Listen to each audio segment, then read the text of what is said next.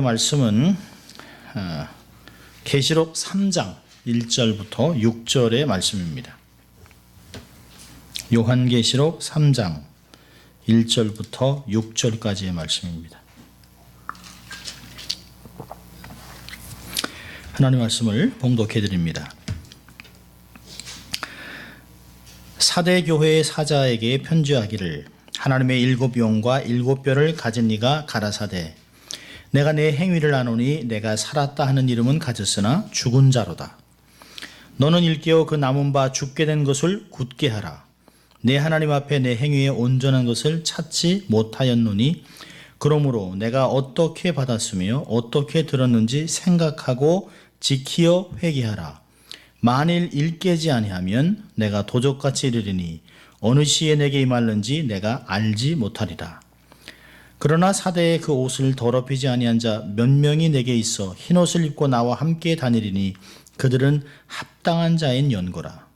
이기는 자는 이와 같이 흰옷을 입을 것이요, 내가 그 이름을 생명책에서 반드시 흐리지 아니하고 그 이름을 내 아버지 앞과 그 천사들 앞에서 시인하리라.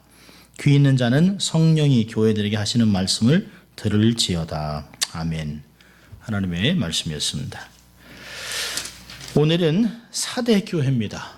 요한계시록에 나와 있는 7교회의 5번째 교회입니다. 사도교회는 살아있으나 죽은 교회라고 성경은 이야기하고 있습니다. 사도교회에는 칭찬이라고는 한마디도 없습니다. 아주 치명적인 꼬질함을 듣고 있는 교회입니다. 사대는 두아디라라고 하는 도시에서 남동쪽으로 한 40마일 정도 떨어져 있습니다. 그리고 옛 리디아 왕국의 수도였습니다. 리디아 왕국은 세계에서 아주 중요한 의미를 갖고 있는데요. 그것은 금과 은으로 만든 동전을 처음으로 사용했다는 것입니다. 리디아보다 훨씬 문명이 앞서 있는 히타이트나 이집트에서도 동전을 사용하지 않았었습니다. 그러니까 리디아 왕국의 동전에는 4대의 왕이 표신 사자머리가 새겨져 있었습니다. 특별히 리디아 왕국의 마지막 왕이었던 크로에수스는 순수한 금과 은으로 동전 지폐를 만들어서 전 세계에 급속히 보급했습니다. 또한 처음으로 금으로 만든 신발을 신었던 왕입니다. 대단했던 나라죠. 굉장했던 나라입니다. 아주 부와 명성으로 아주 힘을 얻었던 나라였습니다.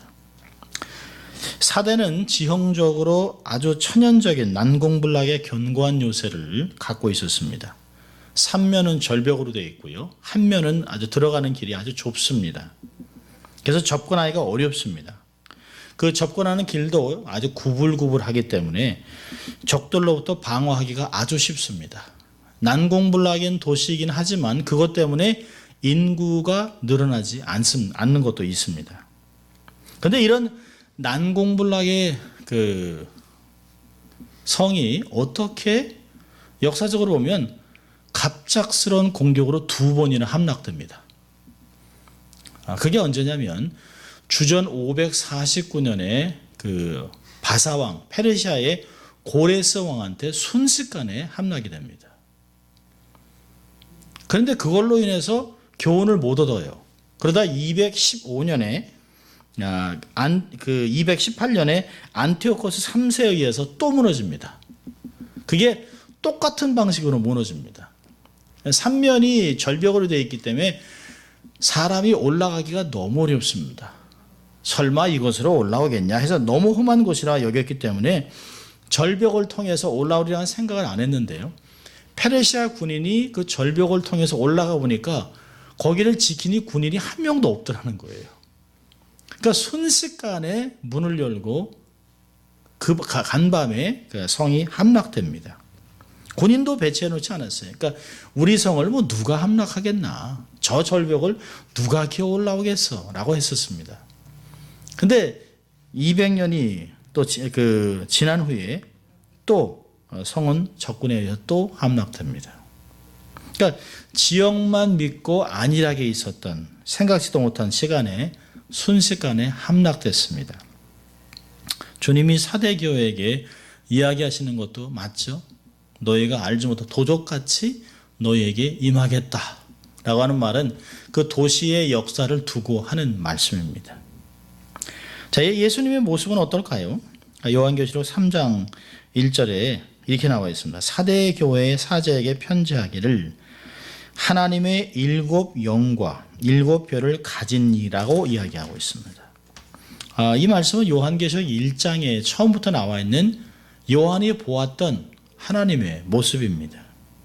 원래 그리스도에 대한 요한이 갖고 있는 환상입니다. 하나님의 7 영은 교회 안에 계시는 성령님을 가리키는 것이고요. 7 별은 교회의 사자들을 가리키는 것입니다. 여기서 성령님과 7 교회의 사자가 같이 등장하는 이유는 그들의 친밀한 관계를 이야기하는 것이에요. 비록 주님께서 교회를 평가하고 너희는 참 죽었다, 이름만 있지 죽은 교회다 라고 하지만 결코 주님이 버릴 수 없는, 주님이 버리지 않을, 주님이 그래도 소망을 두고 꾸짖긴 하지만 사랑이 있다는 걸 이야기하고 있는 것입니다.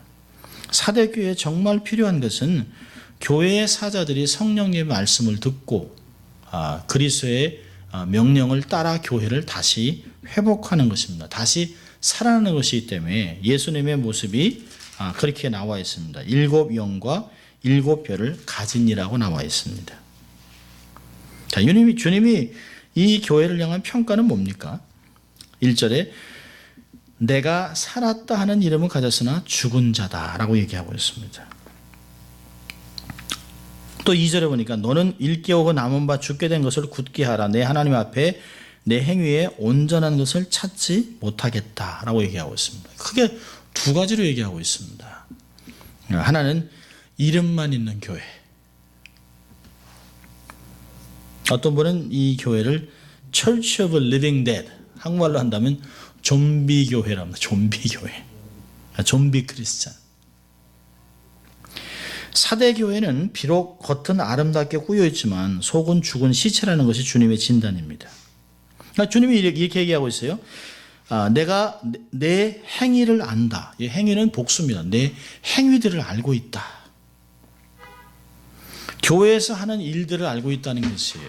예를 든다면 교인들이 하고 있는 것이죠. 요즘 얘기한다면 기도도 드리고 교회 출석도 하고 성경 공부도 하고 찬송도 하고 구제도 하고 봉사, 선교를 하는 이런 교회 행위를 일반적으로 많이 한다는 것이에요. 종교적인 행위, 신앙생활을 얘기하는 것이 아니에요. 여기서 얘기하는 것은 내 행위를 안다, 믿음을 얘기하는 것이 아니에요.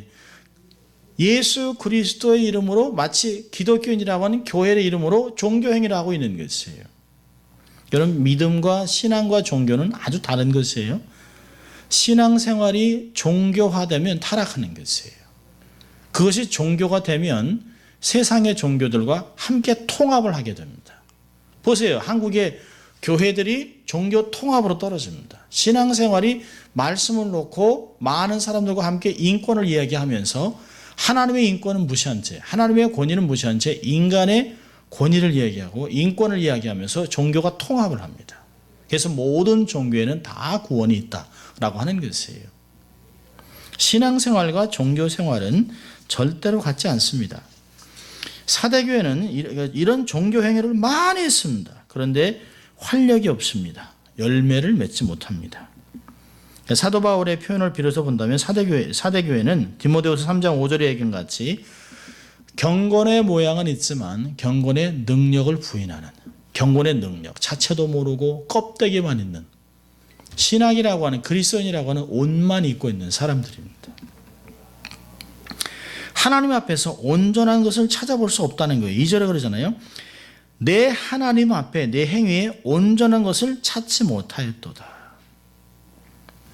사람들 앞에서는 유명할지 몰라요.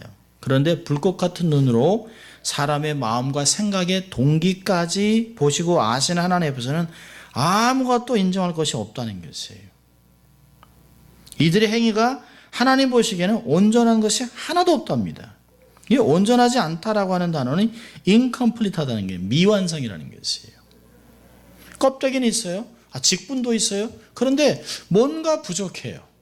그걸 우리가 뭐라고 하죠? 속빈강정 같은 거예요. 소리만 요란한 교회입니다. 많은 일을 하는 것 같은데 본질인 복음과는 전혀 상관없는, 사대교회는 죽어가고 있는데 정작 자신들은 자기가 죽어가고 있는 것을 모르고 있는 것이에요. 이걸 읽으면서 저는 마치 구약의 천하장사 삼손의 이야기하고 비슷한 것 같습니다. 사사기 16장 20절을 보면 이런 말씀이 있어요. 들릴라가 가로되 삼손이여 블레셋 사람이 당신에게 미쳤느니라 하니 삼손이 잠을 깨며 이르기를 내가 전과 같이 나가서 몸을 떨치리라 하여도 여호와께서 이미 자기를 떠나신 줄을 깨닫지 못하였더라. 하나님이 자기를 떠나세요. 하나님이 나시린으로 살아가야 될 것을 말씀하고 비밀을 지키라고 얘기했는데 그걸 비밀을 다 밝혔습니다. 하나님께서 그를 버렸어요. 하나님의 능력이 없어요. 성령의 능력도 없습니다. 성령이 이미 떠났습니다. 그런데 자기는 몰라요. 왜요? 겉모습으로만 갖고 있었던 삼손은 내 모습은 똑같습니다. 그러니까 하나님이 나를 떠났는지도 전혀 모르는 영적으로 파산한 사람입니다. 사도교회는 이미 영적으로 파산한 spiritually bankrupt한 교회예요. 그러니까 주님이 하신 말씀이 딱 맞습니다. 마태복음 15장 8절 보면 주님이 이렇게 얘기하세요. 이 백성이 입술로는 나를 존경하되 마음은 내게서 멀도다. 주여 주여 하지만 전혀 주님과는 관계없는, 주님의 도움도 필요 없는 그런 빈 고백들을 하고 있습니다. 주님이 알고 있죠. 종교적인 행위는 많이 하고 있습니다. 바리새인들, 서기관들, 장로들, 율법의 소위 전문가라고 하는 자들이 지식은 있는데 전혀 믿지 않습니다. 하나님을 위한 마음이 전혀 없다는 것이에요. 그래서 이 사대교회는 살았다고 하는 이름이 있어요. reputation이 있어요. 그런데 실제로는 죽은 교회랑 똑같다는 것이에요. 툭툭 쳐도, 그러니까 사단도 건드리지 않는 교회입니다. 사단이 건드릴 필요가 없어요. 괜히 건드렸다는 가치가 없어요. 그냥 내버려 두는 교회. 여러분, 개가 가는데도 집에 들어와도 짖지도 않는 게 아무 소용없는 거죠.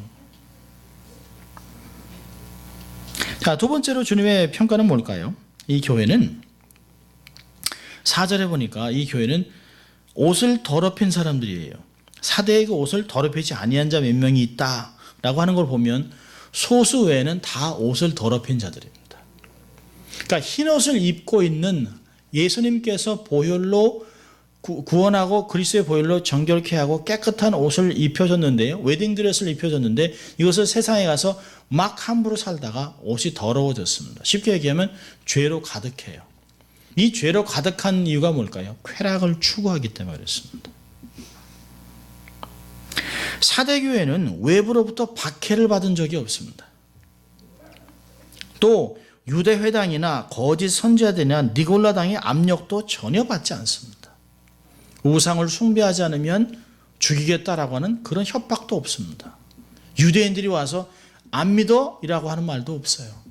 이 사대 도시에는 안티오코스 3세가 그 전쟁에 능한 유대인들을 1,500명을 데리고 옵니다.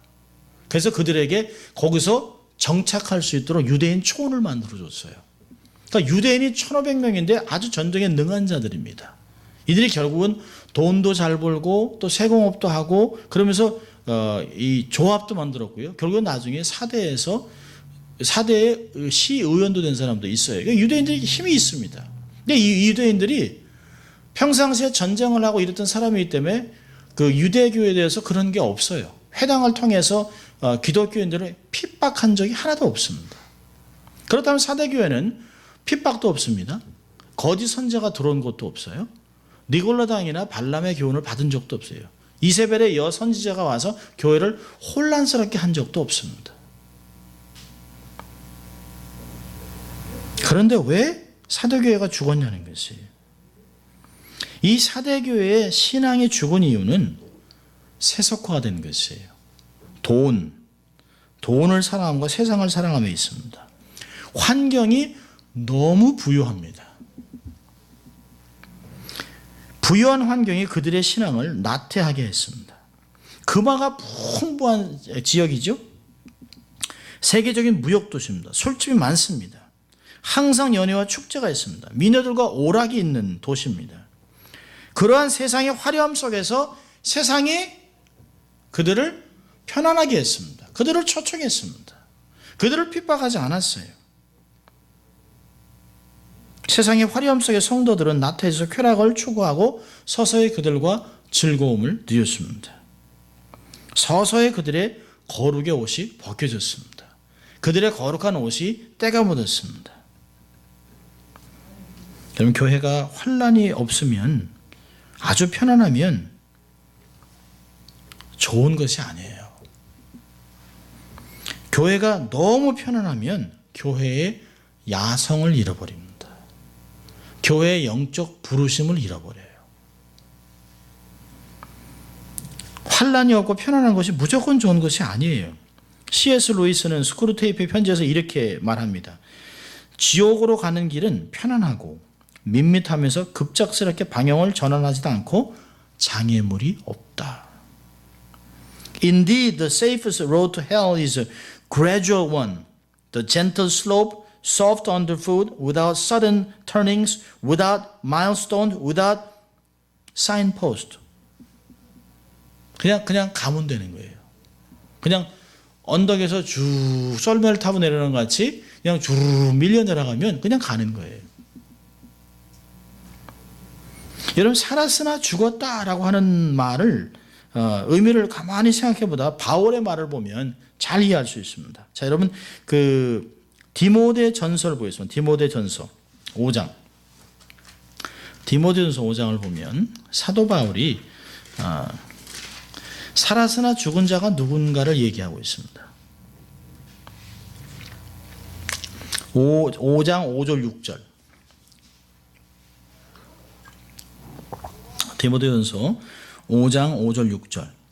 참 과부로서 외로운 자는 하나님께 소망을 두어 주야로 항상 간구와 기도를 하거니와 일락을 좋아하는 자, 일락은 뭘까요? 쾌락입니다. 쾌락을 좋아하는 자는 살았으나 죽었느니라.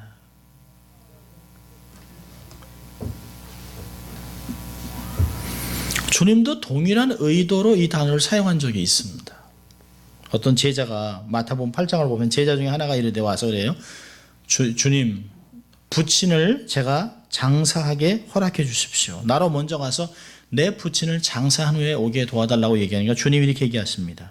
예수께서 가라사대 죽은 자들로 저의 죽은 자를 장사하게 하고 너는 나를 쫓으라 하시니라. 영적으로 죽어있는 자들을 얘기하는 것이에요. 육신으로 죽은 걸 얘기하는 것이 아니죠. 육신은 살아있으나 영적으로 죽어있다는 걸 얘기합니다. 그렇다면 사대교회는 이름이 있어요. 어떤 면에서는 굉장히 부유했던, 요즘 같으면 소위 잘 나가는 교회입니다. 소위 얘기하면 대형교회, 그 당시에 대형교회입니다. 그런데 주님과는 아무 관계가 없는, 영적으로는 죽어있는 교회입니다. 세상의 것들을 탐하고 세상의 것을 즐거워하고 세상과 동화돼서 살아가는 사람들입니다. 살았다고 하지만 죽은 자들입니다. 이 사람들은 돈을 사랑했고 세상을 사랑했던 사람들이에요. 그래서 그 디모데전서 6장 10절을 보면 디모데를 향해서 바울이 이런 경고를 합니다. 돈을 사랑함이 일만하게 뿌리가 되나니 이것을 사모하는 자들이 미혹을 받아 믿음에서 떠나 많은 근심으로 자기를 찔렀도다. 오직 너 하나님의 사람아, 이것들을 피하고 의와 경건과 믿음과 사랑과 인내와 온유를 쫓으며 믿음의 선한 싸움을 싸우라. 영생을 취하라. 이를 위하여 내가 부르심을 입었고 많은 증인 앞에서 선한 증거를 증거하였도다. 돈을 사랑함이 일만하게 뿌리가 된다는 것이에요. 사도 요한은 하나 더 나갑니다. 사도 요한은 요한 1서 2장 15절부터 17절까지 이렇게 얘기합니다. 이 세상이나 세상에 있는 것들을 사랑하지 말라.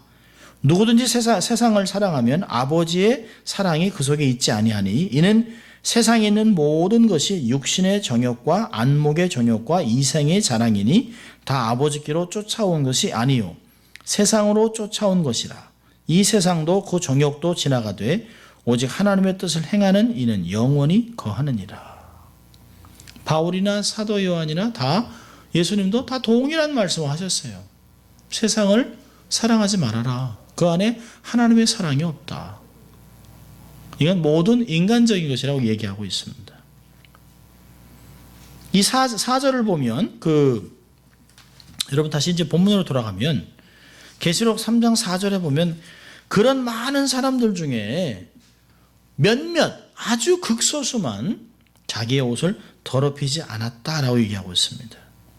소수의 사람들이 그 옷을 더럽히지 않았다는 말을 보면 대다수 교인들이 세속문화, 세상 사람들의 문화권에 살아가면서 그냥 거기서 뒹굴면서 옷이 더러워진 것이에요. 이들은 로마서에서는 이 세대를 본받지 말라고 했는데요. 이들은 세상을 닮아가기를 좋아했던 사람이에요. 오히려 세상과 달라지는 것을 싫어했던, 난 너무 튀면 안 돼, 이렇게 살면 안 돼, 그래도 적당히 발을 디디고 양발을 걸치고 그랬던 사람들입니다. 이들은 자신이 속해 살아가고 있는 세대를 열심히 닮아가던 사람입니다.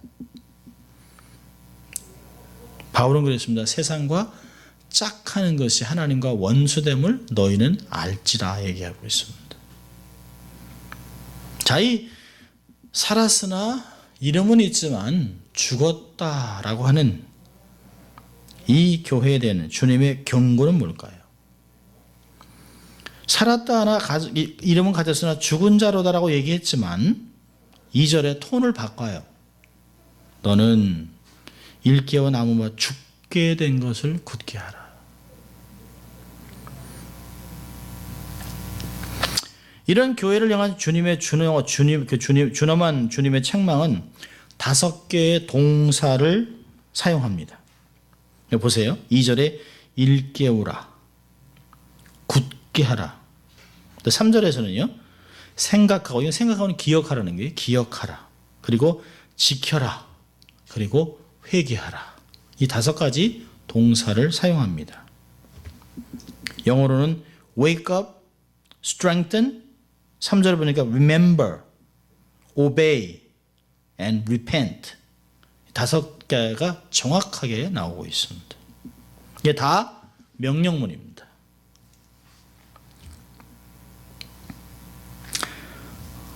자, 첫째는 뭘까요? 너는 일깨워라, 너는 일어나라, wake up이라고 합니다. 사대 교회는 기독교라는 이름 아래 많은 종교적인 행위를 하고 있지만 영적으로는 잠들어 있다는 것이에요.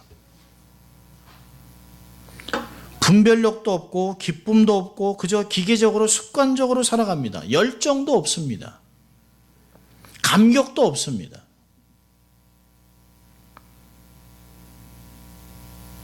주님은 어떤 면에서는 충격요법을 쓰고 있는 거예요. 사대교회한테. 너희는 죽었다. 그렇지만 사실은 주님이 사랑하기 때문에, 주님의 마음이 있기 때문에, 그들을 돌이키고 싶은 열망이 있기 때문에 그들에게 충격요법을 쓰면서 얘기하잖아요. 톤을 바꾸고 있어요. 2절에 가서는 깨어라. 너희는 사실은 자고 있다는 거예요. 영적인 잠에서 깨야 된다라고 깨우고 있습니다. 데살로니가전서 5장 6절에서도 사도 바울은 이렇게 얘기합니다. 우리는 다른 이들과 같이 자지 말고 오직 깨어 정신을 차리자. 주님이 다시 돌아올 때까지 계속 깨어있고 깨어있으라는 것이에요.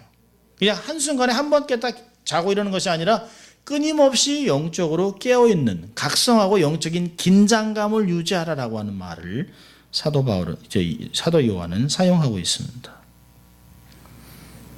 그러니까 사대교회는 어떤 면에서는 이렇게 가다가는 죽는다 그런 뜻입니다. 이렇게 잠들다가는 죽는다. 임박한 죽음 앞에 있었습니다. 마지막 남아있는 불길의 불씨가 꺼지지 않도록 주님이 경고하고 있는 것이에요. 그 불길을 상실할 가능성이 있다는 것이에요. 주님이 여기서 깨라고 하는데 아주 중요한 의미가 있습니다.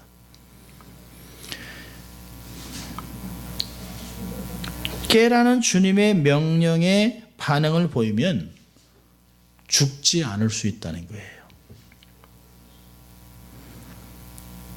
왜냐하면 주님은 얼마든지 소생시킬 수 있는 능력이 있는 분입니다.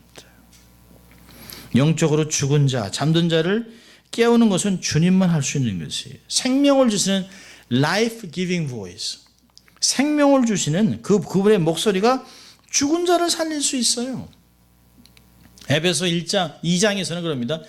죄와 허물로 죽은 너희를 살렸느니라 얘기하고 있습니다. 요한복음 11장에서는 주님이 그러시잖아요. 나사로야 나오라 그럽니다. 여러분 다른 사람이 할 때 나사로 나오지 못하죠. 주님만이 죽은 자를 이름을 불러 깨울 수 있습니다. 많은 학자들이 거기서 왜 주님이 나사로야라고 하는 말을 했느냐. 만약에 그냥 나오라 그래서 모든 시체가 나올까 봐 주님이 나사로야 나오라고 얘기했다는 거죠. 재미있습니다만 일리가 있는 말씀입니다. 나사로를 불러 살리신 그분의 음성만이 죽은 교회를 살리고 잠자는 교회를 깨울 수 있습니다. 어떤 면에서는 주님의 소리가 되어줘야 합니다. 우리가 마치 사도 요한, 세례 요한 같이 광야에 외치는 자의 소리 같이 우리가 서서 주의 길을 예비하는 자들이 되어야 합니다. 너희는 땅 끝까지 가서 복음을 증거하고 그들을 성부, 성자, 성령의 이름으로 세례를 주고 말씀을 지키게 하라. 내가 너희와 세상 끝날까지 함께 하겠다는 얘기는 뭘까요? 너희가 나가서 외치라는 것이에요. 내 대신 너희는 나보다 더 큰 일을 하겠다라고 한 주님의 말씀은 뭘까요? 나의 하던 사역을 계속해서 이루어 나가라는 것이에요. 어떤 면에서는 사대교회에다 얘기하는 것이긴 하지만 주님의 이 안타까운 심령의 메시지를 우리의 마음에 받아서 우리도 나가서 일어나십시오, 깨어나십시오 라고 우리가 외쳐야 되는 것이죠. 주님이 다시 오십니다, 곧 오십니다 라고 하는 것들을 얘기해야 되는 것이에요. 우리는 가끔 지나가다 보면 길 코너에 보면 예수천당 불신지옥 뭐 이런 분들이 있습니다. 가끔 어떤 분은 뭐 저렇게 꼭 저렇게 하셔야 되나, 뭐 시끄러운데, 어떤 분은 또 더구나 또 마이크 대고 막 얘기합니다. 근데 그분들은 어떤 면에서는 이런 주님의 소리가 되어준 것이에요. 부끄러움을 무릅쓰고. 왜? 사람들이 죽어가기 때문에, 저렇게 죽다 죽으니까, 빠지니까 살리기 위해서 외치는 것입니다. 사대교에게 요한은 그렇게 얘기합니다. 주님의 말씀을 들어서 일깨우라, 일어나라 라고 얘기하고 있습니다. 두 번째는요, 굳게 하라 라고 했습니다. 굳게 하라. strengthen. 굳게 한다는 단어는 사실 스테리소라고 하는 헬라 단어는 초대교회에서 목양서신에 많이 쓰였던 것이에요. 특별히 목회할 때 성도들을 굳세게 한다, 성도들을 견고케 한다라고 할 때 이 단어를 사용했습니다. 그러니까 믿음이 연약한 자들을 굳세게 하고, 쓰러지는 자들을 일으키고, 흔들리는 자들을 견고히 잡아주고, 이럴 때 쓰여져 있는 것이에요. 쉽게 말하면 뭘까요? 너희의 그 어려운 마음, 힘들고 어려운 마음들을 강하게 하라는 것이에요. 강하게. 붙잡으라는 거예요. 꽉 견고하게. 마음이 이곳저곳 돌아다니지 않도록. 마음이 막 이것도 좋아하고 저것도 좋아하고 이게 기웃기웃하지 않도록 마음을 꽉 잡고 있으라는 것이에요. 마음이 흩어지지 않게 해라. 세상을 향해 나가지 않도록 해라. 라고 하는 것입니다. 어떨 땐 그럴 수 있잖아요. 우리의 몸이 교회에 나와 있습니다. 예배를 드립니다. 말씀을 듣는 중에서도 우리의 마음은 딴 데가 있습니다. 어떤 사람은 주식, 어떤 사람은 골프, 어떤 사람은 경제, 어떤 사람은 한국 정치, 이런 것들을 생각합니다. 그렇게 하지 않도록 마음을 단단히 부여잡으라는 것이에요. 자, 세 번째로는요, 3절에 보니까 생각하고, 뭘 생각해요? 기억하라는 것이요. 내가 어떻게 받았으며 어떻게 들었는지, 내가 복음을 어떻게 받고 어떻게 들었는지를 기억하라는 게 back to the basic, 기초로 돌아가라는 것이에요. 성경에서는 구원의 첫 경험을 기억하는 것이 회복에 효과가 있다는 것을 많이 지적하고 있습니다. 처음 복음의 진리를 지었을 때 순수함과 열정을 기억하고 그걸 회복하라는 것이에요. 그러니까 마치 첫사랑을 어디서 버렸느냐, 어디서 넘어졌는가를 기억하라는 것이에요. 성경에서는 이 단어를 굉장히 많이 사용합니다. 특별히 모세오경에서는 기억하라는 단어를 수도 없이 사용하고 있습니다. 이스라엘이 타락했을 때 선지자들 동원해서 주님이 하신 말이 뭘까요? 기억하라는 거예요. 너희들이 어떻게 하나님이 너희들을 언약 백성 삼으시고 출애굽을 시켜서 율법을 주고 제사장 나라로 삼았는지, 하나님이 너희를 어떻게 복을 주셨는지, 얼마나 놀라운 나라를 만드셨는지 너희는 기억하라는 말을 쓰고 있습니다. 여기서도 동일한 단어를 쓰고 있습니다. 너희들이 복음을 어떻게 들었는지, 어디서 들었는지, 어떻게 들었는지 기억하라는 것이에요. 이들에게 필요한 것은 새로운 진리가 아닙니다. 새로운 복음이 아니에요. 이들이 정말 필요한 것은 진리의 감격을 다시 회복하는 것이에요. 하나님이 그것을 기억하라고 하는 것을 보면 사대교회가 처음부터 이랬던 것은 아니라는 거예요. 분명히 사대교회가 처음 제대로 된 영적 지도자를 통해서 제대로 된 복음을 듣고 아마 탄생한 교회일 것입니다. 많은 사람들은, 학자들은 사도 바울이 에베소에서 3년 동안 복음을 증거하다가 이때 사람들이 에베소에서 내려와서 복음을 듣고 가서 세워진 교회가 바로 사대교회라고 얘기합니다. 사도 바울이 사대에 갔는지는 모르겠습니다만 이 사대교회에 있었던 2세기, 1세기에서 2세기 사이에 여기서 있었던 감독, 멜턴이라는 감독이 처음으로, 교회사에 처음으로 요한계시록에 주석을 썼었던 교회면 이 교회는 굉장한 교회예요. 어떤 면에서는 사대교회는 주님의 명령을 듣고 이 충격요법으로, 아니 우리 교회가 이렇게 크고 이렇게 행사를 많이 하고 이렇게 많은데 우리가 죽었다니, 그리고 다시 돌아보면서 교회가 한동안 살아났을 것입니다. 많은 역사학자들은 1500년까지 교회의 기록이 있다고 얘기합니다. 이 교회에서 정신을 바짝 차리고 자기들에게 말씀하셨던 요한계시록의 첫 번째 주석을 썼던 교회면 이 교회는 반드시 돌아온 교회예요. 처음에도 아주 정확한 복음을 들었고 주님의 명령을 듣고 다시 돌이켰던 교회인 것을 역사를 통해서 볼 수 있습니다. 사도교회는 절대로 처음부터 잘못된 교회가 아니었습니다. 그래서 사도 요한은 기억하라. 너희가 어떻게 복음을 받았는지, 어떤 복음을 받았는지, 그때 너희들의 감격이 어땠었는지, 그 감격으로 어떻게 교회가 세워졌는지를 기억하라는 것이에요. 자, 네 번째와 다섯 번째는 지키어, 사실은 원래는 지키라, 순종하라, obey and repent. 지키라, 순종하라, 그리고 회개하라. 마치 그 두 단어는 한국 사람에게 사용하는 숟갈과 젓가락 같은 한 세트로 움직이는 것이에요. 다른 것이 아닙니다. 패키지로 묶여 있습니다. 순종하고 회개하라는 말은 패키지로 묶여 있어요. 들은 진리의 말씀을 머리에 지식으로만 갖고 있지 말고 순종하라는 것이에요. 들었으면, 기억했으면 네가 그 복음을 어떻게 받았는지, 그 복음이 어떤 것이었는지 그걸 지켜내라는 것이에요. 그리고 행하라는 것이에요. 순종하라는 것이에요. 야고보서 2장 14절에서는 그럽니다. 내 형제들아, 만일 사람이 믿음이 있노라 하고 행함이 없으면 무슨 이익이 있으리요? 그 믿음이 능히 자기를 구원하겠느냐? 행함이 없는 믿음은 죽은 것이냐 얘기하고 있습니다. 그러니까 똑같은 거예요. 믿음이 있어요. 우리 믿음이 있는데 라고 하지만 행함이 하나도 없어요. 주를 향한 열정이 하나도 없습니다.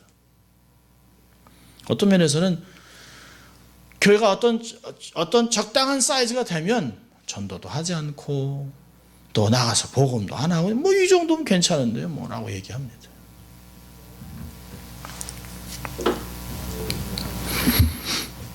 지키어 회개라고 얘기하고 있습니다. 어떤 면에서는 회개가 먼저 아닙니까? 라고 얘기하면 아니요. 다 이해하지 못해도 순종하는 것이 중요한 겁니다. 순종이 제사보다 낫다라고 하는 말을 우린 기억해야 합니다. 말씀을 깨닫고 순종하다 보면 은혜를 받습니다. 은혜를 받으면 깨달음이 와요. 깨달음이 오면 자기의 삶을 돌아볼 수 있는 힘이 생겨요. 아, 이게 내가 잘못한 거구나. 아, 이게 하나님이 기뻐하지 않는 거죠. 그때서야 은혜가 깊을수록 회개가 깊어진다는 것이에요. 많은 사람들이 회개를 먼저 하는 아니에요? 성경에서는 왜 그럴까요? 순종이 먼저 와서 말씀대로 삶을 살다 보면 자기의 삶을 하나님의 말씀의 잣대로 들여다보면 어디가 잘못된지 금방 알 수 있어요. 아, 내가 이걸 고쳐야겠다. 그때서야 주를 사랑하는 열정을 회복하면 주님이 기뻐하지 않는 것 때문에 삶에 아픔이 있는 걸 알아요. 다른 사람들이 아니 당신 뭐 이렇게 잘못한 게 있다고, 아니 회개했는데 뭘 또 회개하고, 왜 그럴까요?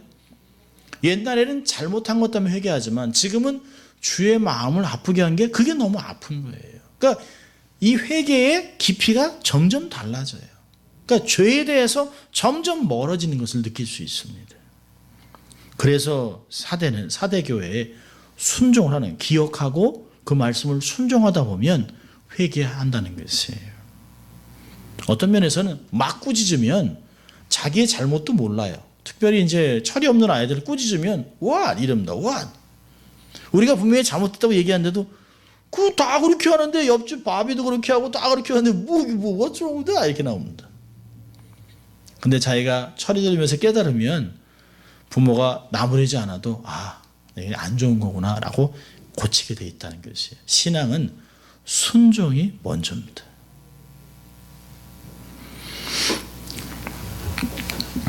의지를 꺾어서, 마음이 움직이지 않아도 의지를 꺾어서 말씀을 순종해야 됩니다.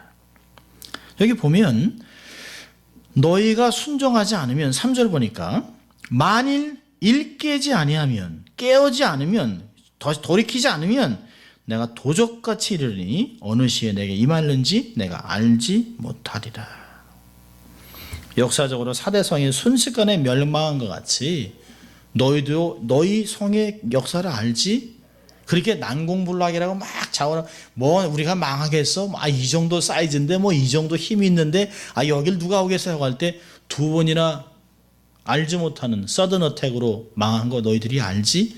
그렇게 도적같이 너희가 알지 못하는데 내가 와서 너희들을 징계하겠다라고 얘기하는 것입니다. 주님이 이렇게 이 교회에게 살았다 하나 이름은 가졌잖아요. 죽은 자라고 얘기하면서 명령하면서도 그 안에 있는 소수의 사람에게 주님이 명령하고 있습니다. 사실은 2절, 3절에 나와 있는 모든 5개의 단어들은 누가 주도해야 될까요? 세상에서 흰옷을 더럽히지 않은 자들이 주도하라고 얘기하는 것이에요. 주님이 인정하는 소수, 사대교회 전체가 문제 있는 것은 아니에요. 4절에 그러나 사대에 옷을 더럽히지 아니한 자 몇 명이 내게 있어 흰옷을 입고 나와 함께 다니리니 그들은 합당한 자인 연고라. 여러분, 합당한 단어가 굉장히 중요한 단어입니다. 합당한 단어. 자, 읽으면서 왜 이들을 합당한 자라고 얘기했을까? 이 합당하다라고 하는 그 영어로는 worthy라고 하는 단어를 썼는데요. 여기 그 헬라 단어는 아시오스라고 하는 단어를 썼습니다. 그게 뭐냐면 무게를 딱 달아봤는데 이게 무게가 적당히 나갑니다. 우리가 이제 어떤 때는 이게 5kg라고 사서 이렇게 딱 달아봤는데 3kg밖에 안 돼요. 이게 사기다 하는 것 같습니다. 3kg 그럼 3kg 되잖아요. 우리가 이렇게 어디 들어보면 이거 괜찮네, 이거 무게가 있네. 검증됐다는 단어예요. 무게를 달아봤는데 검증됐습니다. 합격품이라는 것이에요. 여러분, 이해함을 돕기 위해서 달아봤는데 부족하다는 말이 어디서 나오냐면, 자, 다니엘서 5장으로 갑니다. 다니엘서 5장. 다니엘서 5장입니다. 아주 비참한 스토리입니다. 사실은 다니엘서 5장은. 그 아버지가 하나님 앞에 교만했다가 하나님이 그를 짐승같이 7년 동안 두니까 자기가 7년 후에 깨달았어요. 다니엘의 하나님은 대단하신 하나님, 상천하지의 하나님, 그 하나님을 경배하라라고 얘기했습니다. 자, 그런데요, 5장을 보면, 자, 다니엘서 5장 보면, 5장 바로 전에, 바로 5장 37절, 4장 37절을 보면, 그러므로 지금 나 느부갓네살 왕이 하늘의 왕을 찬양하며 칭송하며 존경하노니 그의 일이 다 진실하고 그의 행하심이 의로우심으로 무릇 교만하게 행하는 자를 그가 능히 낮추심이니라. 자기가 그랬거든요. 하나님이 자기를 낮췄거든요. 그리고 회복해 주셨어요. 그 하나님을 찬양하고 있습니다. 자, 그런데 그 아들 벨사살 왕을 이야기합니다. 자, 5장 봅니다. 5장 제가 읽어드립니다. 벨사살 왕이 그 귀인 1,000명을 위하여 큰 잔치를 배설하고 그 1,000명 앞에서 술을 마시니라. 벨사살이 술을 마실 때 명하여 그 붙인 느부갓네살이 예루살렘 전에서 취하여 온 기명을 가져오게 하였으니 이는 왕과 귀인들과 왕후들과 빈궁들이 다 그곳으로 마시려 함이었더라. 이에 예루살렘 하나님의 전 성소 중에서 취하여 기명을 가져오게 하며 왕이 그 귀인들과 왕후들과 빈궁들로 더불어 그곳으로 마시고 무리가 술을 마시고는 그 동, 철, 목, 석으로 만든 신들을 찬양하니라. 그때 사람의 손가락이 나타나서 왕궁 촛대 맞은편 분벽에 글자를 쓰는데 왕이 그 글자 쓰는 손가락을 본지라. 이에 왕이 즐기던 빛이 변하고 그 생각이 번민하여 넓적다리 마디가 녹는 듯하고 그 무릎이 서로 부딪힌지라.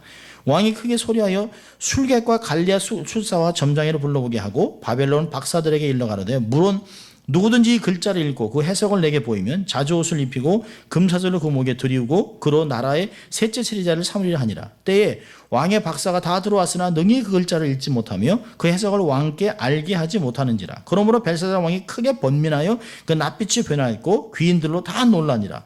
태후가 왕과 그 귀인들의 말로 인하여 잔치하는 궁에 들어왔더니 이에 말하여 가로되 왕이여 만세수를 하옵소서. 왕의 생각을 번민케 맑으며 낯빛을 변할 것이 아니니이다. 왕의 나라에 거룩한 신들의 영이 있는 사람이 있으니 곧 왕의 붙인 때 있던 자로 명철과 총명과 지혜가 있어 신들의 지혜와 같은 자라. 왕의 붙인 느부갓네살 왕이 그를 세워 박수와 술객과 갈대아 술사와 점장의 언원을 삼으셨으니 왕이 벨사살이라 이름한 이 나다나의 마음이 민첩하고 지식과 총명이 있어 능히 꿈을 해석하며 은밀한 말을 밝히며 의문을 파할 수 있음이라. 이제 다니엘을 부르소서. 그리하시면 그가 그 해석을 알려드리리다. 이에 다니엘이 부름을 입어 왕의 앞에 나오며 왕이 다니엘에게 말하여 가로되 내가 우리 부왕이 유다에서 사로잡아온 유다 자손 중에 그 다니엘이냐? 내가 내게 대하여 들은 바 내 안에는 신들의 영이 있으므로 내가 명철과 총명과 비상한 지혜가 있다 하도다.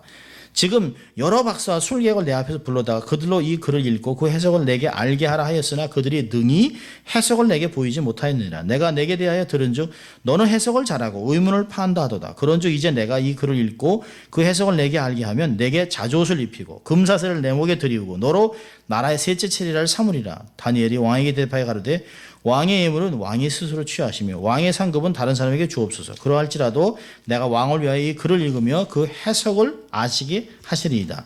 왕의 지극히 높으신 하나님이 왕에 붙인 느부갓네살에게 나라와 큰 권세와 영광과 위엄을 주셨고 그에게 큰 권세를 주셨으므로 백성들과 나라들과 각 방언하는 자들이 그의 앞에서 떨며 두려워했으며 그는 의미로 죽이며 의미로 살리며 의미로 높이며 의미로 낮추었더니 그가 마음이 높아지며 뜻이 강팍하여 교만을 행함으로 그 왕위가 패한 바 되며 그 영광을 빼앗기고 그 영광 인생 중에서 쫓겨나서 그 마음이 들짐승의 마음과 같았고 또 들나귀와 함께 거하며 또 소처럼 풀을 먹으며 그 몸이 하늘 이슬에 젖었으며 지극히 높으신 하나님의 인간 나라를 다스리며 자기의 뜻대로 누구든지 그 위에 세우시는 줄 알기까지 이르게 되었나이다.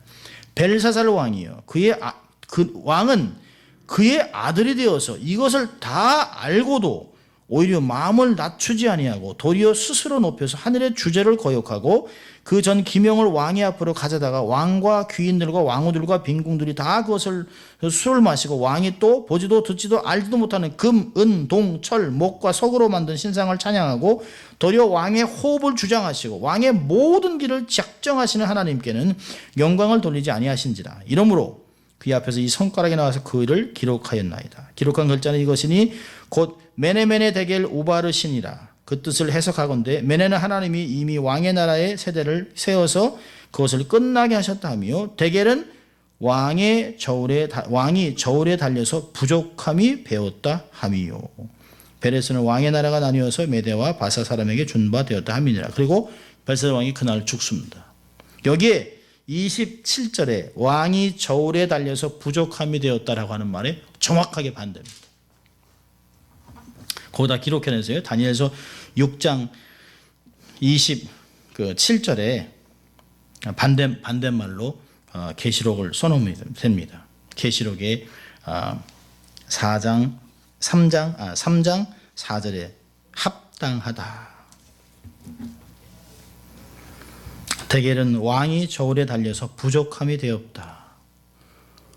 뭐가 부족하겠어요? 왕이, 벨사살 왕이 그 당시에 최고의 문화, 최고의 강대국의 왕인데요.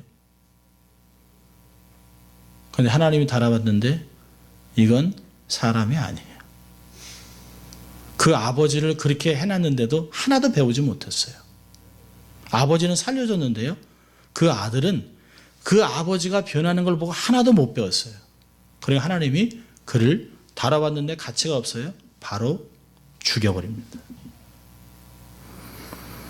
여러분, 소수 인정하는 그 사대교회에 있는 몇 명 안 되는 사람들은 하나님이 딱 무게를 달았는데 검증됐어요. 합격이라는 것이, 합격이라는 뜻입니다. 주님이 달아봤는데 전혀 부족함이 없다라고 하는 것입니다. 완벽하다는 걸 얘기하는 것이 아니에요. 하나님을 사랑하고 하나님의 요구에 순복하기 위해서 최선을 다하는 합격되고 검증된 성도들이라고 얘기하고 있습니다. 그런 사람들은 많지 않아요. 역사적으로 늘 하나님은 소수의 사람들을, 검증된 사람들을 통해서 하나님의 역사를 이루어갔던 것을 볼 수 있습니다. 자, 이 사람들은 어떤 사람들일까요? 두 번째로 합당한 자들이고요. 두 번째로는 믿음을 지킨 자들입니다. 그것을 성경에서는 옷을 더럽히지 아니하고 흰 옷을 입고 있는 자들이라고 얘기합니다. 흰 옷을 입은 자들. 옷은 신분을 상징합니다. 더럽혔다는 것은 죄로 물들었다는 것을 의미하는 것이에요. 주님의 보혈로 구원하고 의로운 옷을 입혀줬는데 세상에서 더럽히면 안 돼요. 사대교회 교인들은 도시의 물질의 풍요와 도덕적 타락에 풍조햄들을 영적으로 타락하면서 옷이 더러워졌어요. 더 이상 흰 옷이 아니었습니다. 그런데 이 몇 명, 사대교회의 몇 명은 그 흰 옷을 유지하고 있습니다. 여러분, 흰 옷을 유지했다는 게 뭘까요? 쉽지 않습니다. 여러분, 우리가 흰 옷을 입고 나갔는데 순식간에 더러워질 수 있어요. 길에서 조그만 차가 휙 지나가면 요만한 거 탁 튀면 그냥 여기 더러워지죠. 여러분, 여기서 그냥 흰 옷을 입었다는 게 그냥 자동으로 되는 것이 아닙니다. 세상에서 더러운 문화가 막 흘러가고 세상에 더러운 것만 먼지 막 지저분한 것들이 막 날리고 그러는데 흰 옷을 유지하는 게 얼마나 어렵겠습니까? 이들의 삶이 얼마나 처절하게 하나님의 말씀을 지키고 날마다 회개하고 하나님 앞에서 하나님의 백성으로 삶을 살아가기 위해서 얼마나 피눈물 나게 살아갔는가를 사대교회 교인의 몇 명을 통해서 우리에게 얘기해 주는 것이에요. 이들은 옷을 더럽히지 않았다. 다수의 교인들은 다 옷이 더러워졌는데 그 사람들만 더럽지 않았다는 것이에요. 이렇게 세상에 거룩한 순결을 지켜낸 거룩한 성도들, 그런 사람들만이 하나님이 거룩한 옷을 입혀주십니다. 주님의 능력과 기름 부으심을 받는다는 뜻이죠. 세상에서는 당신이 그렇게 튀지 마. 뭐 그렇게 교회에서 그렇게 날마다 그렇게 가서 그렇게 살아. 뭐 이렇게 말씀이야. 뭐 맨날 기도야. 뭐 맨날 경건이야. 뭐 맨날 그냥 찬송이야. 적당히 살아. 여러분, 적당히 살아서는 흰옷을 유지할 수 없습니다. 주님은 똑똑하고 잘난 사람들을 사용하는 것이 아니에요. 주님은 깨끗한 사람을 사용합니다. 주님은 그런 사람들에게 당신의 영광에 동참하게 하고 당신과 동행할 수 있는 특권을 주고 그들을 사용하여 하나님의 역사를 이루어가는 것이에요. 마치 다 죽어가는 데서 노아와 가족을 사용하는 것 같이, 엘리야와 같이 12제자들을 불러내는 거랑 같습니다. 자, 주님은 약속하십니다. 5절에 이기는 자는 이기는 자는 이와 같이 흰옷을 입을 것이요 내가 그 이름을 생명책에서 반드시 흐리지 아니하고 그 이름을 내 아버지 앞과 그 천사들 앞에서 시인하겠다. 주시는 약속이 뭘까요? 이기는 자, 이기고 또 이기는 자, 계속 이기는 자, 주의 능력으로 이기는 자, 흰옷을 유지하는 자. 뭐예요? 흰옷을 입을 것이요. 흰옷은 뭘까요? 흰옷은 주님이 입는 옷입니다. 어떤 면에서는 거룩한 백성, 하나님의 신부로 입는 아름다운, 세상에서 탁 튀어나오게 하는 것이에요. 결혼식에서 누가 가장 그 결혼식에서 가장 아름다운 존재가 누굴까요? 신랑이 아니에요. 웨딩드레스를 입은 신부입니다.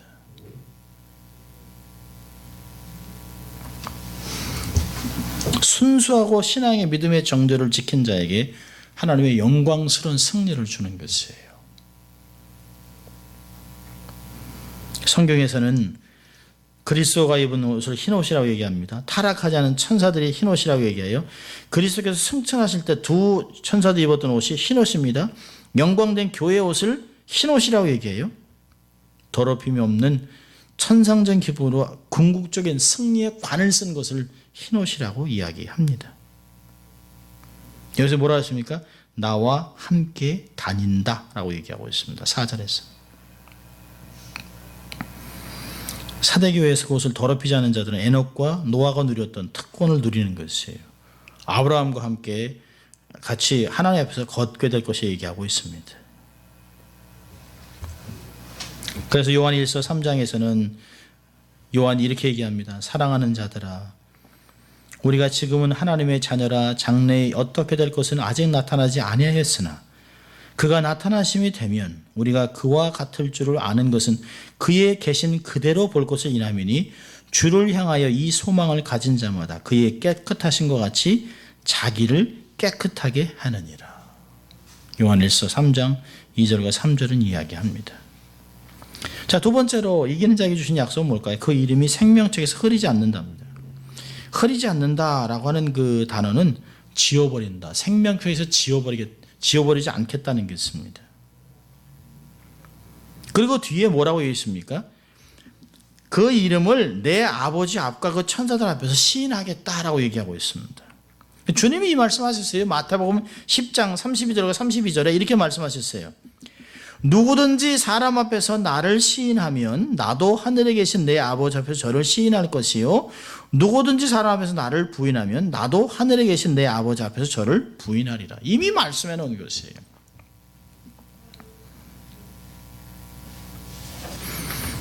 맞죠? 우리가 이렇게 얘기만 듣던 사람을 어떤 모임에 와서 자기 친구들한테 내가 얘기하던 사람이 그 사람이야, 그 사람.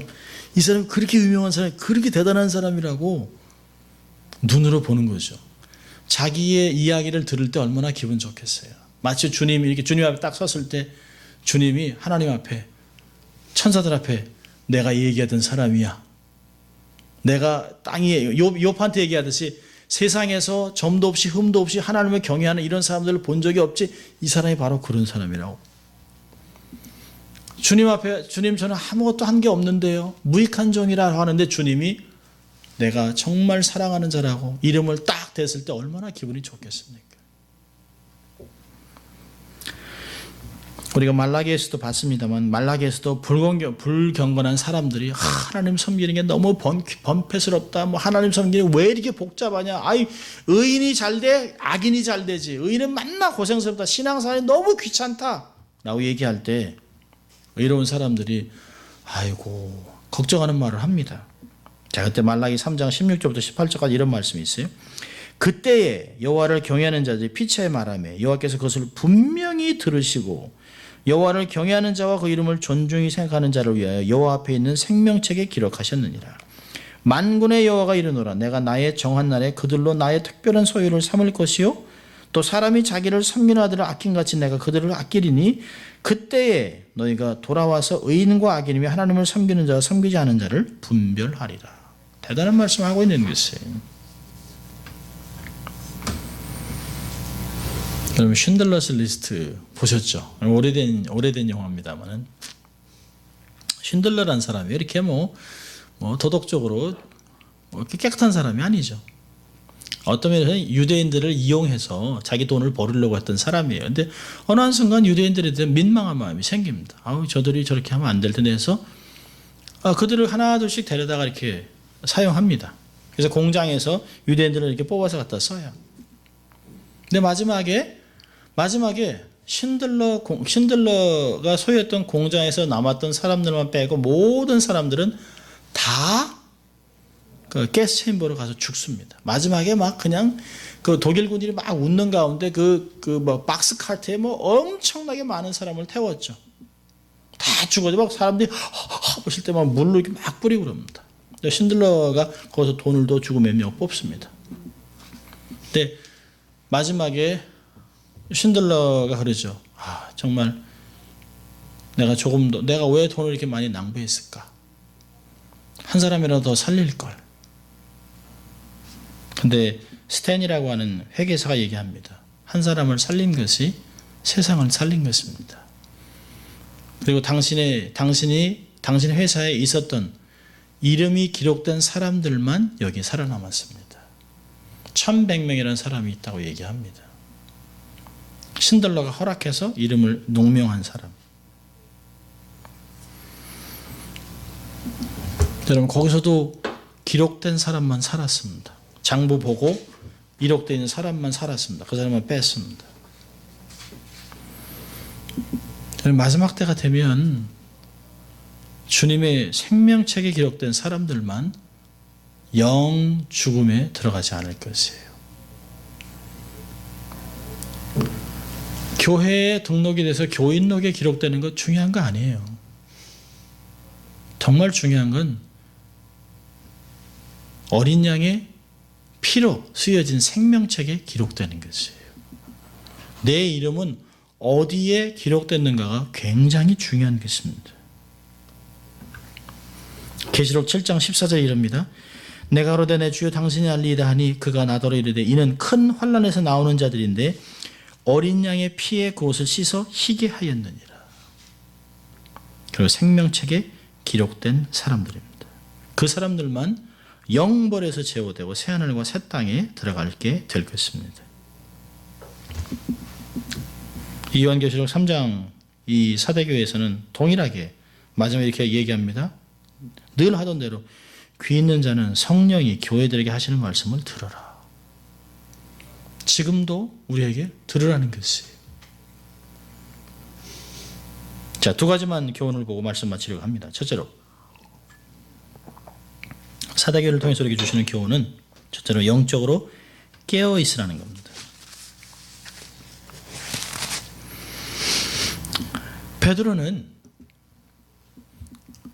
소아시아에 흩어져 있는 믿음 때문에 고통당하고 있는 소아시아에 있는 흩어져 있는 교인들에게 이렇게 얘기합니다. 베드로전서 1장 13절에 그러므로 너의 마음의 허리를 동이고 근신하고 절제하고 예수 그리스도에 나타나실 때에 너에게 가져올 은혜를 온전히 바라라. 마음을 붙잡으라는 거예요. 마음을 붙잡으라. 마음이 여기저기 기웃기웃하면서 세상에 있는 것 그렇게 맛보고 돌아다니지 않도록 마음을 허리 종이를 꽉 도여매고 모든 것을 절제하고 눈을 은혜에다 붙여 고정시키라는 것입니다. 자, 그러면 어떻게 해야 그렇게 가능할까요?